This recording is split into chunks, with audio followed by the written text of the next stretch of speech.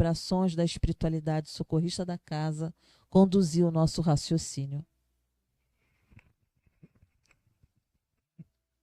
Graças a Deus, que possamos estar aptos a receber as bênçãos de Jesus, porque elas vêm. Invariavelmente, o Mestre emana para toda a humanidade os seus sentimentos de amor, de compreensão, de misericórdia, de amparo. Os adjetivos são infindáveis. Agora, partimos do princípio, como a Jane falou, que temos que querer. Temos que estar aptos que essas bênçãos penetrem no nosso íntimo. Porque enquanto eu... Ô, Igor, tudo bem? Eu guardo esse menino. Não é só eu não, né, Mariana? Não, então tá bom. Mas temos que estarmos aptos a receber essas bênçãos, essas orientações. Por quê? Porque Jesus não nos obriga a nada. O Mestre é inigualável. Ele fala assim para a gente: se quiseres vir após mim, negue a si mesmo, tome a tua cruz e siga-me. É por isso que a gente está no CEFAC. Porque a gente ainda não quis negar a nós mesmos, não quisemos tomar a nossa cruz e ainda estamos na dúvida se vamos seguir a Jesus ou não. Porque o propósito da doutrina dos espíritos é nos esclarecer para que tenhamos uma autonomia. A autonomia do entendimento do que é certo, o que não é certo a fazer, mas segundo a minha ótica, não, segundo a lei de Deus.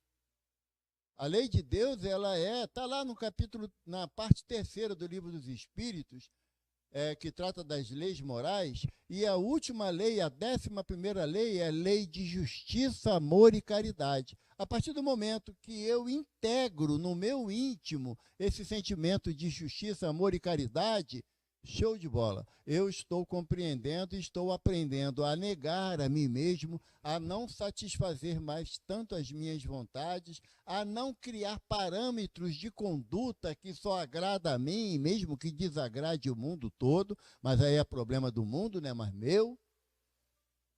Porque se a gente tem muitas das vezes que a nossa postura é assim, mas eu estou certo. Mas está todo mundo dizendo que você está errado. Não, mas eu estou certo. Tem certeza absoluta que eu estou certo. Quando eu ajo assim, eu estou me colocando na condição de Jesus. Porque Jesus contrariou toda uma sociedade, mas não modificou as suas ações, as suas atitudes baseadas na lei de amor, justiça e caridade.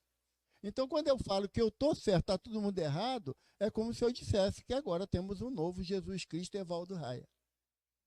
Não rola, não vai ser assim. Porque as minhas dificuldades são tamanhas. Eu gosto muito de uma frase de Sócrates. Gravamos com muita facilidade aquela frase do Sócrates: só sei que nada sei, não é? Mas antes de ele chegar a esse entendimento de profunda filosofia, Sócrates fala assim, Patrícia: a gota do que eu sei não é nada diante do oceano da minha ignorância. Eu vou repetir. A gota do que eu sei não é nada diante do oceano da minha ignorância. O que é uma gota diante do oceano? Praticamente nada.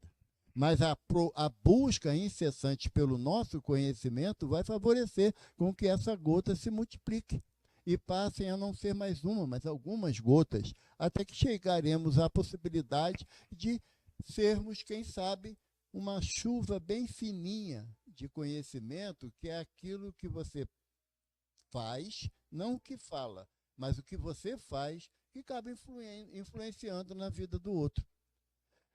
E quando nós falamos em influenciar na vida do outro, nós começamos a perceber que as nossas ações, quando aqui chegamos, eu estou falando aqui porque é a casa que nos abriga, onde nós estamos relativamente matriculados ou internados, ou distanciado da lei do livre-arbítrio, né? Porque somos espíritos faltosos, porque sabemos que a casa espírita ela funciona como um hospital, e todos nós temos as nossas necessidades físicas, morais e espirituais. Mas funciona também como uma escola, um educandário, onde aprendemos o nosso comportamento diante da sociedade, porque você pode ler as 5 obras de Kardec. Livro dos Espíritos, Livro dos Médiuns, Evangelho segundo o Espiritismo, O Céu e o Inferno e a Gênese. São as 5 obras do Sr. Allan Kardec. Você pode ler todas. E se tiver capacidade de decorar, beleza, decora tudo. Mas se você não aplicar uma vírgula na sua vida, de nada adiantou você gravar livros na sua mente ao longo da jornada. Então, ela funciona como um educandário, sim. Mas também funciona como, no dizer de Emmanuel, no livro Fonte Viva, não, Ceifa de Luz, Emmanuel fala que em muitas circunstâncias a casa espírita funciona como um reformatório. Caso não nos lembremos, reformatório é onde vão os jovens delinquentes da sociedade. Só que mudou o nome, hoje em dia não é mais assim. Ou então, seja, nós estamos propensos a mais praticar o erro do que a praticar o acerto, mesmo que não concordemos com essa possibilidade. Porque a prática do bem é característica do espírito superior. Está lá Kardec, na questão número 100 do Livro dos Espíritos, ele começa a falar da escala espírita. E não sei porquê, eu acho que é uma questão de uma perseguição, Kardec começa a falar dos espíritos inferiores.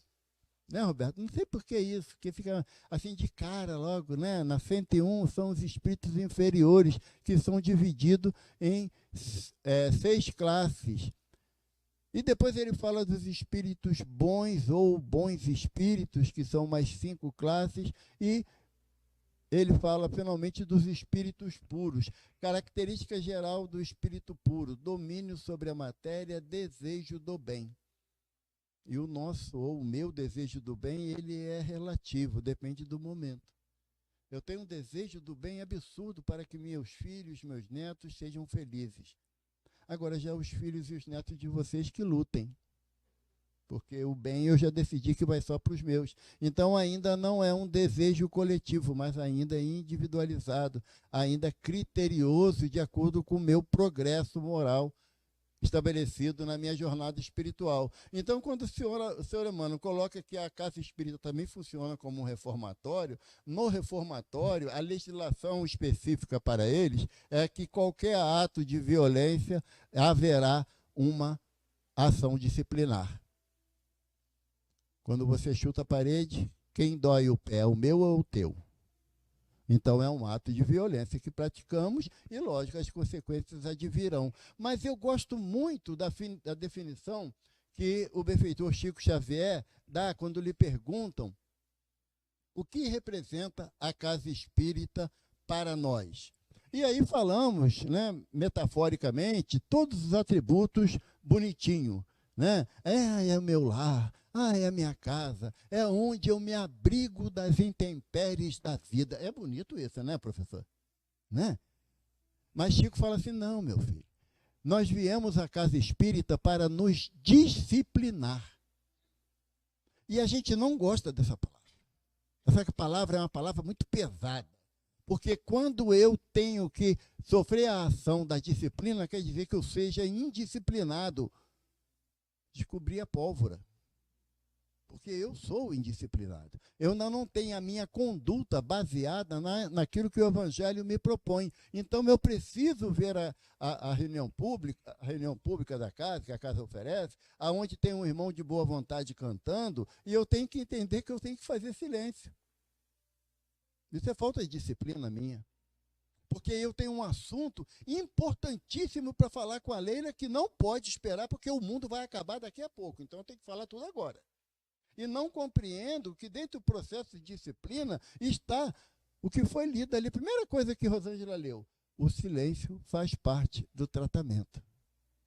E eu ainda não me contentei com essa afirmação, embora seja um processo de disciplina. Se eu não exerço, é porque eu não sou disciplinado.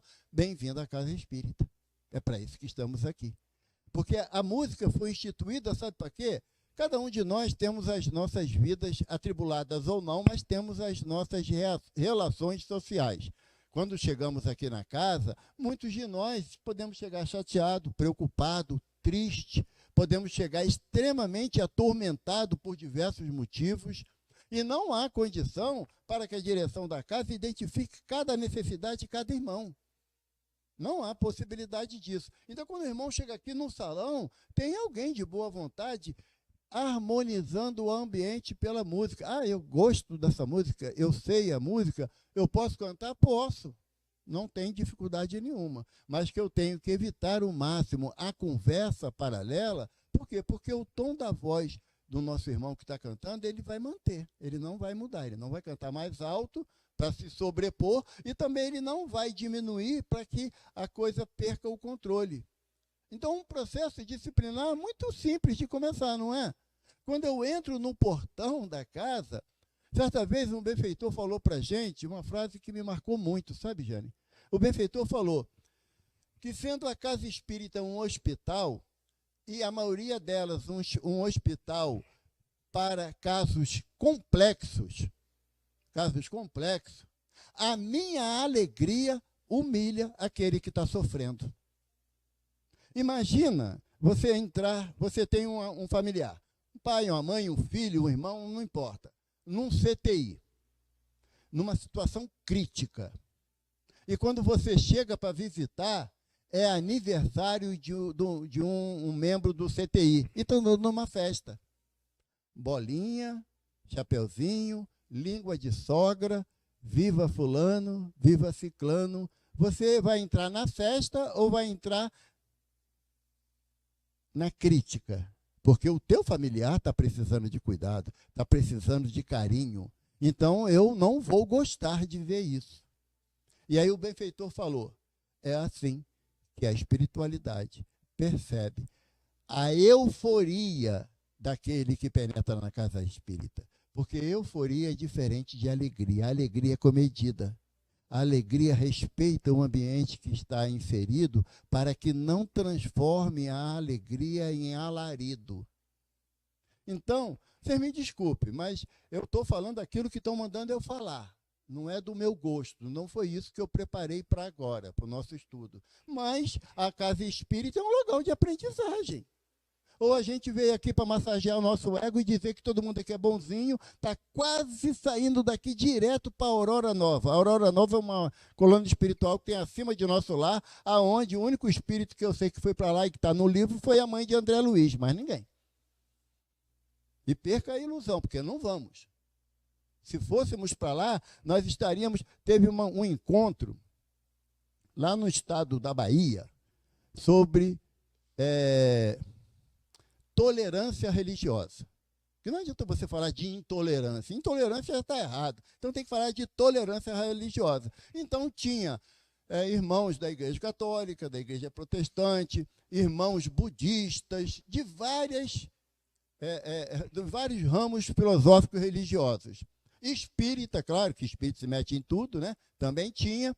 E no auge lá do seminário, sabe? Quando estava no clímax, entrou uma senhora, aparentando uns 80 anos de idade, com a sua roupinha branquinha, com o seu turbante na cabeça, com seus colares de adoração, e ela era a palestrante daquele momento. E ela chegou muito acanhada, falou assim, olha, vocês me perdoem, mas eu vim aqui só para dizer que eu não posso ficar. Porque bateu lá na porta lá do terreiro 15 famílias que não tinha um pão dentro de casa. Se eu ficar aqui falando com vocês, eu não faço comida para eles. Tchau. Acabou o congresso ali. Porque estavam discutindo temas das maiores diversidades filosóficas e esquecendo que o essencial é o próximo. É o irmão que está sofrendo, é o irmão que está com uma necessidade que não cabe avaliação. Não cabe avaliação. Tinha 2 irmãos na fila para falar com o Chico Xavier em Uberaba. Um irmão chorando horrores porque tinha uma unha encravada. E Chico, mas numa delicadeza com esse irmão, acalmando o coração dele, ensinando até algum banho de alguma erva que favorecesse diminuir a dor, diminuir o inchaço. E depois desse irmão, tinha um que estava sem pé. tinha sido amputado o pé. Esse que estava com a unha encravada falou assim: você que é feliz, que nem unha tem. Aí ele falou assim: como eu gostaria de ter uma unha para encravar, que pelo menos eu teria pé. Então, a dor não se mede, não se avalia. Todas as vezes que você entender que o outro está chorando indevidamente, você precisa vir para a casa espírita. Você precisa vir para a casa espírita para aprender a respeitar a dor do outro, para aprender a respeitar o sofrimento do outro. Que dor é uma coisa, sofrimento é outra. Os benfeitores falam a Kardec que a dor ela é o elemento nivelador do homem, que tanto sofre dor o rico, o pobre, o bom e o ruim, o bonito e o feio, todos passamos pelo processo da dor. Agora, o sofrimento é opcional. E cada um vai ter o seu sofrimento de acordo com a intensidade que percebe a sua dor.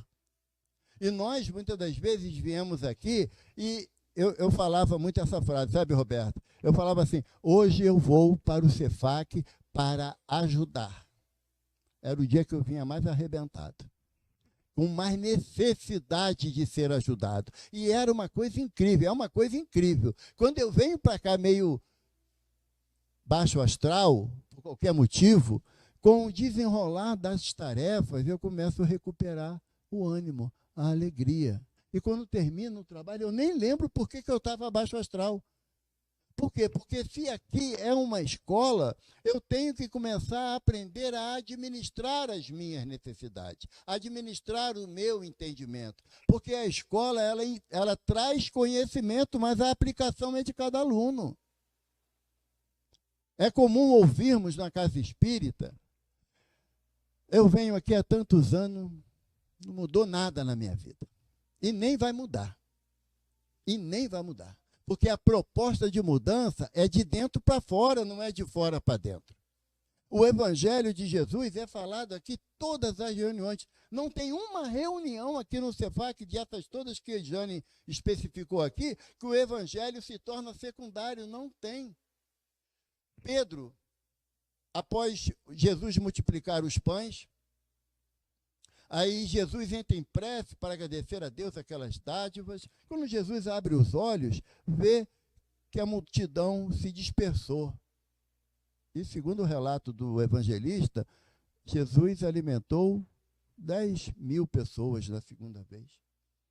E todos foram embora. E Jesus pergunta para Tiago: onde todos? Foram-se, Senhor. Depois de alimentados, foram-se. Aí Jesus fala assim: o homem ainda caminha em busca do pão material, do alimento material, em detrimento do alimento espiritual. E aí Jesus fala assim para os discípulos: e vocês também não vão? Pedro levanta e fala assim: e aonde, Senhor? Se só tu tens palavra de vida eterna. Cada palavra de Jesus tem um significado ainda que nós não conseguimos alcançar. É de tamanha monta isso, que numa entrevista o Chico disse, está na internet, vocês podem procurar, que em determinado momento da jornada dele, Emmanuel diz para ele que teria que se afastar da tarefa de orientar a mediunidade de Chico. E ele passaria 15 dias, 2 semanas fora, mas que colocaria no seu lugar um espírito de nome Natanael. E Chico, tudo bem, se o Emmanuel falou que vai se ausentar, vai se ausentar. No final de 15 dias, Emmanuel se apresenta e Chico fala: e seu Emmanuel, onde o senhor foi?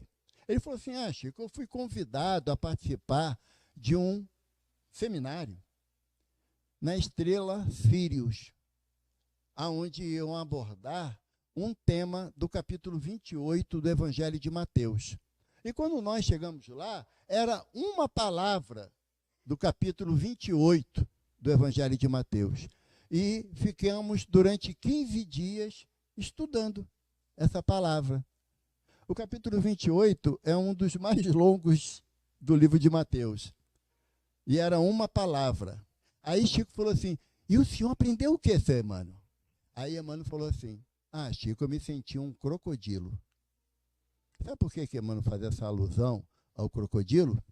Porque o crocodilo ele tem uma memória 15 segundos. Passou 15 segundos, ele, por exemplo, ele mata uma presa e come. Passou 15 segundos, ele, estou com uma fome danada, não comi nada hoje. Aí ele vai e pega outra presa, só que está com o estômago cheio, o que acontece? Ele regurgita. Ele vai no canto do rio e regurgita numa determinada região, porque se ele lembrar, ele sabe onde tem uma comida mais fácil. Então, Emmanuel falou que ele se sentiu um crocodilo, por quê? Que dos 15 dias que ele passou, ele gravou 15 segundos de mensagem. Aí o Chico, brincando, fala assim, se seu Emmanuel se sentiu um crocodilo, eu sou uma lagartixa. Por quê? Porque a possibilidade de estudar o Evangelho de Jesus no plano material é algo que a gente vai sentir uma falta danada quando a gente chegar na espiritualidade. Mas uma falta danada, porque aqui nós temos o nosso livre-arbítrio. A casa oferece curso do Livro dos Médios, Livro dos Espíritos, do Evangelho e de introdução à doutrina. Quem dera cada curso tivesse essa plateia aqui, quantidade de irmãos. Quem dera. Por quê? Porque aí eu vou fazer uma coisa que eu não sei se é verdade não, tá? Depois você conserta. Eu tenho certeza que a fila para o tratamento espiritual, para a sala de cirurgia, ia diminuir bastante. Por quê? Porque o que cuida mesmo, o que faz a gente melhorar é a parte do estudo e da aplicação do Evangelho. A cirurgia espiritual lá embaixo é apenas aquilo para que eu, que não tenho lá grandes boa vontade, sabe, Igor? Eu deito lá na maca, que eu acho também gostoso pra caramba, e espero que a espiritualidade faça aquilo que me compete fazer, que é a minha mudança íntima. O senhor Allan Kardec, quando ele percebeu que os elementos grafados na obra, no Livro dos Espíritos, que foi o primeiro livro escrito, né, que foi editado em 18 de abril de 1857, 167 anos atrás, ele percebeu que começaram a surgir grupos de estudos dessa obra, sabe? Pessoas interessadas em tirar maior proveito daqueles fundamentos filosóficos, científicos que a obra trazia. E aí ele percebeu que era necessário criar uma instituição aonde pudesse trocar ideia, conversar, analisar aquilo que é proposto ali. E no dia 1º de janeiro de 1858, o senhor Allan Kardec funda na casa dele, sabe? Porque não tinha dinheiro para pagar aluguel, fundou na casa dele a Sociedade de Estudos Espíritas de Paris. E aonde ele fala assim, teremos uma tribuna aonde podemos discordar, mas não nos separaremos. Porque quem está aqui à frente falando é mais necessitado do que quem está ouvindo, porque quem está falando aqui está com a orelha pertinho da boca. E eu tenho uma memória danada, eu lembro do que eu falo. Então me complica. Mas a proposta da Sociedade de Estudos Espíritas de Paris era favorecer a conversa. A discussão era grupo de estudos, como a casa oferece os grupos de estudos que nós temos. Ah, Evaldo, poxa, mas tem hora que é chato. Eu concordo, ficar ouvindo Evaldo, Rosângela, né, Sônia, lá no Evangelho, toda semana, mas é o que tem para hoje. Se prepara, graças a Deus, e ocupa o nosso lugar, né? A gente não vai ficar aborrecido, não. Porque o que mais agrada na casa espírita, sabe o quê? A substituição de função, gente. Vocês não têm noção como isso é gostoso. De você estar fazendo uma tarefa hoje e chega alguém que pode fazer a tarefa que você faz, porque ninguém é dono de nada aqui. Aqui não tem dono de cadeira. Aqui não tem dono de posição, de tarefa. Não tem. Como disse uma vez o nosso benfeitor, doutor Bezerra de Menezes, falou que a tarefa é de Jesus, mas a obra é nossa.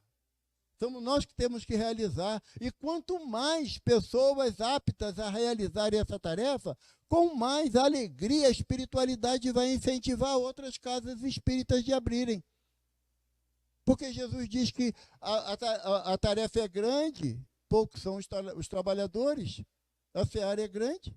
E se nós começarmos a ficar naquele sentimento de que não, eu vou lá, escuto a palestra, é só 50 minutinhos, sabe? Toma um passe, beba água fluidificada e vou para a vida. Isso. Eu gosto sempre de repetir. Sabe, Patrícia, isso é para você. É a síndrome da Gabriela. Nasci assim, cresci assim, vou morrer assim, vou voltar para um umbral assim. Se eu não quero mudar, e a proposta... Não é você não, Patrícia, tá bom? Sou eu. Tá? A proposta da doutrina dos espíritos Kardec nos propõe, através do espírito de verdade, duas orientações. Duas apenas. Espíritas... os espíritas responderam, Mário. Eu vou fazer de novo. Espíritas... Então não ama de preguiça. Porque sabe o que tem que fazer. Se a gente não faz, é por preguiça. Né? E espíritas instruívos, porque o amor sem esclarecimento, ele não é amor, ele é egoísmo. Instrução sem amor não é instrução, é despotismo, é imposição de ideia. Na casa espírita, independente do fato de ter amizade a Jane e ter um respeito enorme a ela, mas ai dela se quisesse ouvir todo mundo com as opiniões de todo mundo, a casa já tinha fechado há 30 anos atrás. Sabe? Porque tem certos momentos que a função do dirigente é contrariar as ideias estapafúrdias que trazem. Você chega aqui e fala assim, Mário, você não acha que essas paredes podiam ser de cor de abóbora? Aí o Mário fala assim, pode, compra tinta, vem pintar. Ah, não, Mário, eu só estou dando a ideia. E é assim que acontece na casa espírita. Ideia tem tudo, para tudo quanto é lado. Execução da ideia, se a Jane quiser botar essas paredes de cor de abóbora, ela vai chamar o Mário para pintar, e ele que se vire. Entende? Né, Marinho? E não dá nem escada, né? Complica teu lado, né, Mário? Complica. Na casa espírita, nós temos que entender que a vontade que impera e que não há meios de contrariar é de Jesus. Eu nunca... É uma palavra muito... O Chico não gostava dessa palavra, nunca e sempre. Ele falava que era tempo demais para uma expressão só, porque o nunca não existe e também o sempre não existe. Né? Mas eu duvido que o irmão João dê uma orientação que fira o Evangelho de Jesus. Duvido, mas duvido assim, com a certeza da minha existência. Sabe por quê? Porque ele nos ama, o irmão João, a ponto de entender as minhas deficiências e, mesmo assim, me acolher com um sorriso, com um abraço, que muitas das vezes, quando o Roberto abraça algum de nós, não é ele que está abraçando, é a espiritualidade, está usando ele como veículo, como usa a Jéssica, como usa a Lela, como usa qualquer um de nós.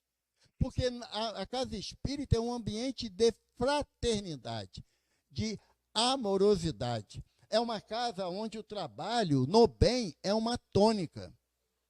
É uma tônica. Porque se eu quiser alguém para fazer fofoca de alguém, eu acho na casa espírita, mas assumo a responsabilidade para isso. Assumo a responsabilidade para isso, porque eu sou consciente, eu sei do que é certo e errado. Ah, Evaldo, eu falei sem pensar. Mentira. Porque aquele que estuda as obras de Kardec sabe que o pensamento é mais rápido do que o raio, mais rápido que a velocidade da luz. Para lembrar, a velocidade da luz, 300 mil quilômetros por segundo. Por segundo. Por segundo. Então, o que eu penso, e quem pensa sou eu, espírito, não o meu cérebro físico. O pensamento não é uma segregação do cérebro. Não é. O pensamento é uma ação do espírito. E como eu penso, entre o que eu pensei e a ordem ser exalada para que a palavra flua, existe uma infinidade de tempo. É por isso que eu me comprometo. Porque não há possibilidade de falar sem pensar. Você tenta magoar alguém falando uma coisa muito grave e depois diz que foi sem pensar. Resolveu? Para Ivana não resolve. Nem tente. Porque não vai resolver. Ela vai falar assim, ouvi porque eu não sou surda, mas não colou, não. Porque não há possibilidade. Então, quando nós viemos na casa espírita, não acreditem que nossos pensamentos não são percebidos. Não acreditem nisso. Eu falei uma vez, numa palestra que eu fui fazer, sabe, Igor? Eu dei teu nome, tá, para você ir lá para a Rádio Rio de Janeiro fazer um programa. Tá bom? Aí você não esqueça de falar com ele, depois ele recebe a mensagem e fica preocupado. Eu falei que na espiritualidade, Roberto, tem um telão tamanho dessa parede aqui. A gente toma consciência que está desencarnado e começa a aparecer no telão as mensagens do WhatsApp. Aquelas que você apagou também. Eles têm um programa que recupera. Aí começa a aparecer ali. Aí você fala assim, não, essa apaga. Essa foi num momento de nervosismo, estava muito tumultuado, sem pensar. Aí a consciência diz, não, foi querendo. Imagina se o irmão João, num rompante de querer ensinar a gente alguma coisa, começa a botar aqui os pensamentos do Evaldo. Eu achava o Evaldo tão legal. Um cara tão bacana, né? Está sempre alegre. Olha o que ele falou da Jane. E ele pensou aquilo da Rosângela também. Ah, meu Deus do céu. Porque não dá para a gente enganar a espiritualidade. Tira essa ideia da sua mente. Que chegar aqui, eu já tentei fazer, sabe? Chegar aqui, Carlinho, com aquele olhar assim, bem amoroso, bem caidinho, sabe? Tudo bem? Tudo bem, graças a Deus. Está como Deus quer. Não, se tiver como Deus quer, eu estarei feliz. Porque Deus quer que eu seja feliz. Mas como eu gosto do vitimismo, do coitadismo, não é? Que aí eu chego aqui com aquela carinha bem fragilizada, porque vão me pegar no colo e vão dar nana neném. Vai, mas a espiritualidade não. Por quê? Porque o princípio da lei de causa e efeito, que gere o nosso livre-arbítrio, eles vão. Tempo que eu não vejo ela, gente. Desculpa, né? Mora longe, né? Não é, Regina? Pois é, o pessoal não entende, não. Sabe? Família é assim, quando você vê alguém, você faz questão de cumprimentar. É essa tônica que tem que ser na casa espírita, de família. A família, a gente não espera que o familiar entre em desespero para eu ajudar. Não, não. É você perceber a necessidade do outro e você ir ao encontro dele dentro das suas possibilidades. E tenha certeza que em determinados momentos um abraço vale mais do que um pix. Tenham certeza. Porque se não fosse assim, tem muitas pessoas com muito dinheiro que eram felizes. Não teriam dificuldade. Tem pessoas que são jovens e bonitas que não teriam problema, não teriam dificuldade. Então, quando nós viemos à casa espírita, nós viemos na ânsia de ser acolhidos, de ser amparados. Certa vez o benfeitor falou que quando chega um irmão ali pela primeira vez ali no portão, ele entende que ele está chegando no céu. Por quê? Porque a vida dele, até a chegada ali, foi uma vida de grandes sofrimentos, de grandes abalos. Quem aqui já passou pela experiência de um filho desencarnar? Levanta a mão. Então, como a gente pode dizer que a pessoa está chorando já há muito tempo pelo filho que desencarnou? Não passou pela experiência, não sabe o que é. A minha filha, se estivesse na matéria, estaria hoje com 40 anos. Dia 21 de outubro, não, 40 não, minto, desculpa. 39 anos. Dia 21 de outubro de 1985. Eu lembro perfeitamente do dia, da hora, do momento. E às vezes eu falo para a Ivana, a tristeza vem. A saudade do que não foi vivido vem. Como é que eu vou dizer que a pessoa está chorando por uma dor que eu não tenho parâmetro? Sabe? A casa espírita é movida pelo sentimento de empatia. Concorda? Que empatia que a casa espírita vive? Qual é o sentimento de empatia que a casa espírita deve proporcionar? O único sentimento de empatia é a frase que nosso Senhor Jesus Cristo nos diz: desejai ao teu semelhante aquilo que você gostaria que lhe fosse feito. Isso é empatia. Porque você não vai julgar nem avaliar a conduta de ninguém, você simplesmente vai analisar aquele quadro e vai falar, se fosse comigo, bom, eu queria ser amparado, ser acolhido, não queria crítica, eu não quero que me chame a atenção porque eu estou fragilizado. Mas eu não posso viver fragilizado. Entra ano, sai ano, eu estou na mesma na mesma situação de fragilidade? Será que eu não reúno condições, pelos ensinamentos que eu recebo aqui, de ter uma autossuficiência, de controlar as minhas dores? Ou será que eu sempre vou chegar aqui como o coitadinho? Não, não pede nada a fulano, não. Ele está a cabecinha muito tumultuado. Mas entra ano e sai ano. Não é essa a função da casa espírita. Vocês me perdoem, mas não é. Sabe o que o irmão João desejaria? Sabe o que, Jane? É que chegasse na quinta-feira, semana que vem, tivesse 10 pessoas aqui. Porque os outros 40 já estavam caminhando com seus próprios pés à luz do Evangelho de Jesus. Não é para esvaziar a casa, não, que muita gente atrapalha. Mentira, né? Não, a gente fica feliz quando a casa está cheia. Mas a gente ficaria muito mais feliz se cada um de nós conseguíssemos resolver as nossas dores íntimas. As nossas dores íntimas. O Raul Teixeira, um palestrante muito conhecido, ele fala que é muito triste você ver espírita materialista.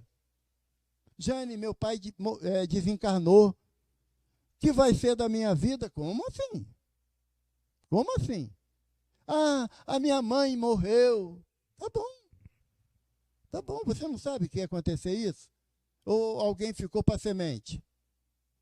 Então, como é que eu não vou me preparar para enfrentar as vicissitudes da vida física, achando que isso pode acontecer na casa do vizinho, na minha não? Emmanuel tem uma mensagem no Pão Nosso que ele fala: enquanto a dor está do outro lado da rua, você não se incomoda, mas não creia dúvida quanto a isso, ela atravessará a rua e baterá na sua porta. Porque nós estamos num plano de prova e expiação. É um plano aonde nós não conquistamos o direito de ser felizes no entender da espiritualidade. Porque Kardec pergunta aos benfeitores: é possível o homem nutrir o desejo de ser feliz aqui na Terra? E os espíritos dizem sim, sim. Bastando para isso cumprir a lei de Deus na sua integralidade.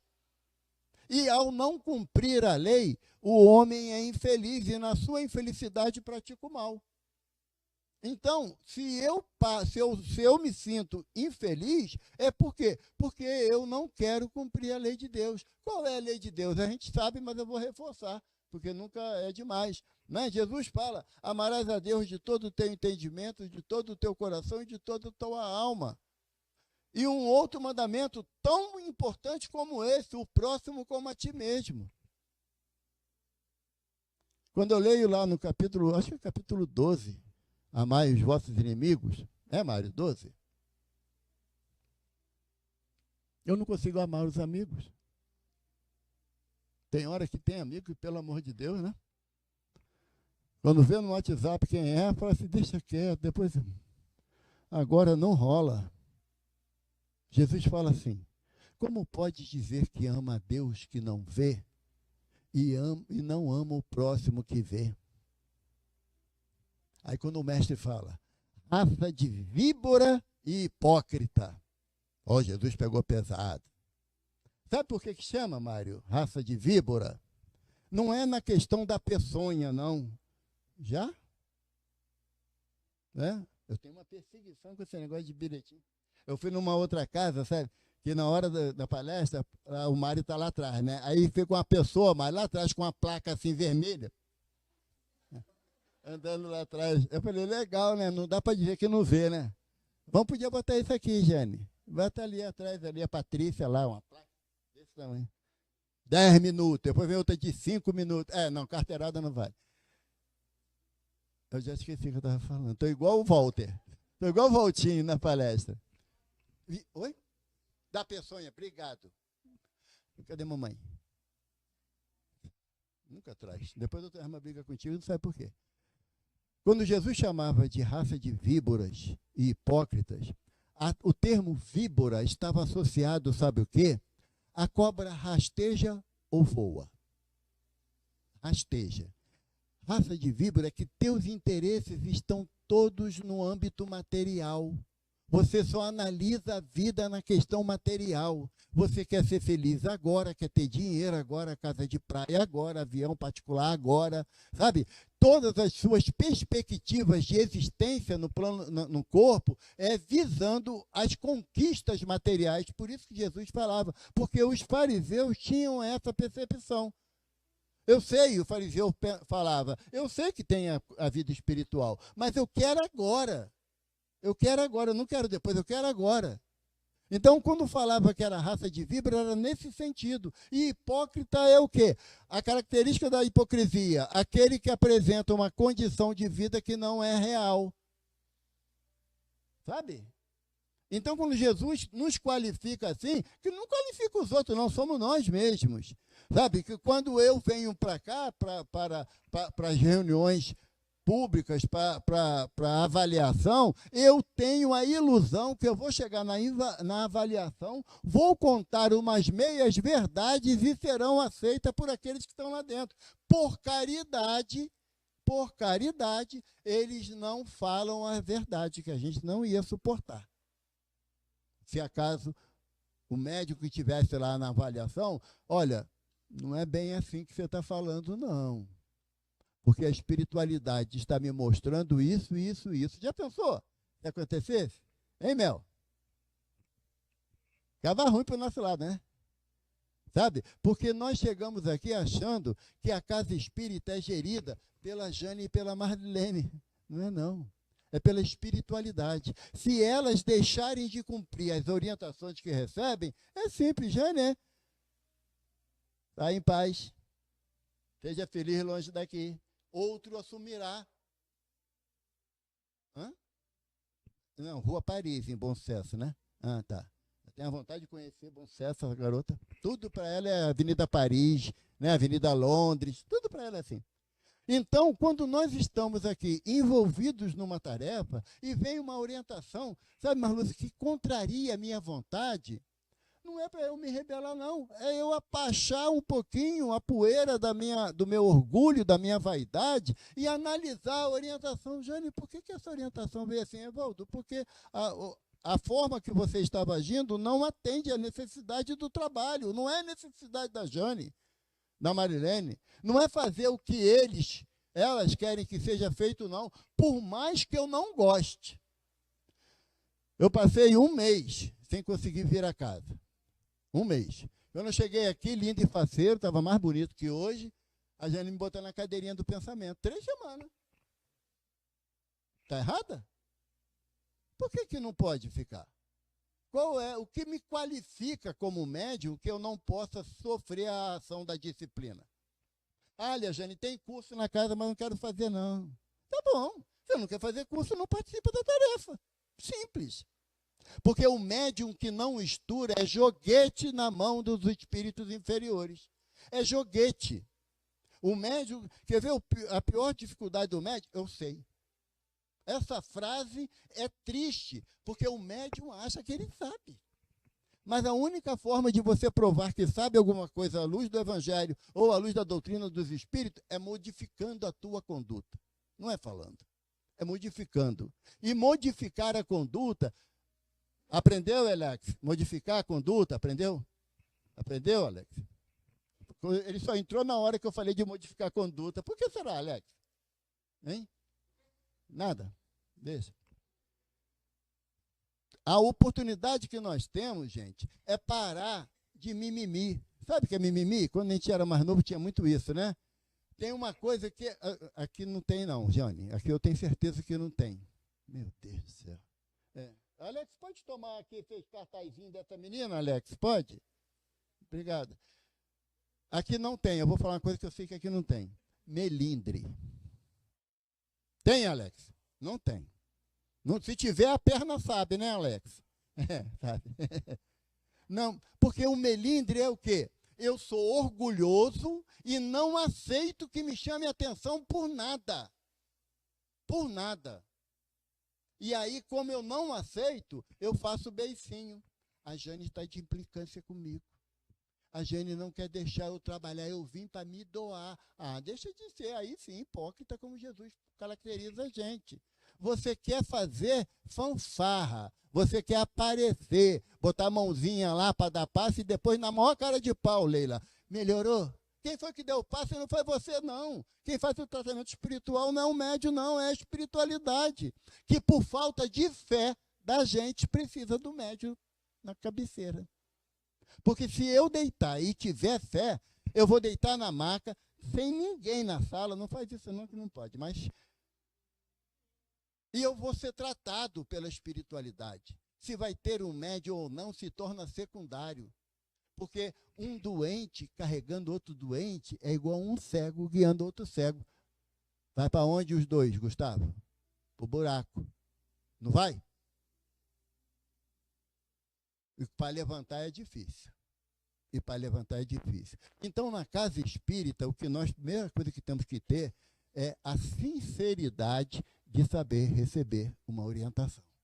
É o primeiro passo. O segundo passo, a boa vontade de fazer o serviço que se me apresente. Porque você sabia que tinha médico que acha que é vergonhoso limpar banheiro? Jogar o lixo fora do cestinho? Tem médico que fala que isso daí, não, isso não é para mim. Se sobrar isso, para mim, eu fico feliz. Não é por humildade, não, é para necessidade que eu tenho de fazer, de trabalhar. Então, quando eu entender que a importância da casa espírita está intimamente relacionada ao meu desejo de mudança, aí eu começo a valorizar a casa que está me acolhendo, que está me abrigando. Mas Jesus é misericordioso.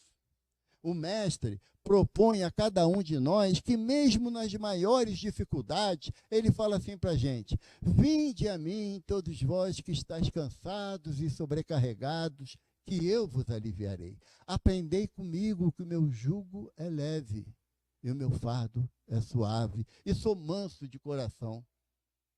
A proposta de Jesus é que nós venhamos para cá e que possamos gradativamente aplicar esses conhecimentos no nosso coração, no nosso íntimo, para quando chegarmos a um momento que nem está lá em Atos dos Apóstolos, quando depois que Saulo cai da montada, entra na cidade de Damasco, se aloja numa hospedaria, e Jesus vai estar até Ananias.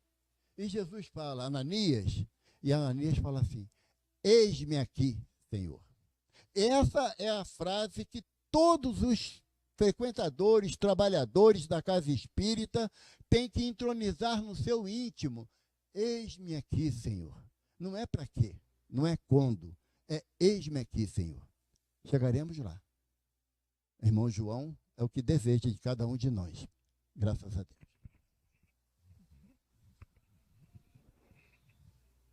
Tema bom, né, gente? Que nos convida a muitas reflexões.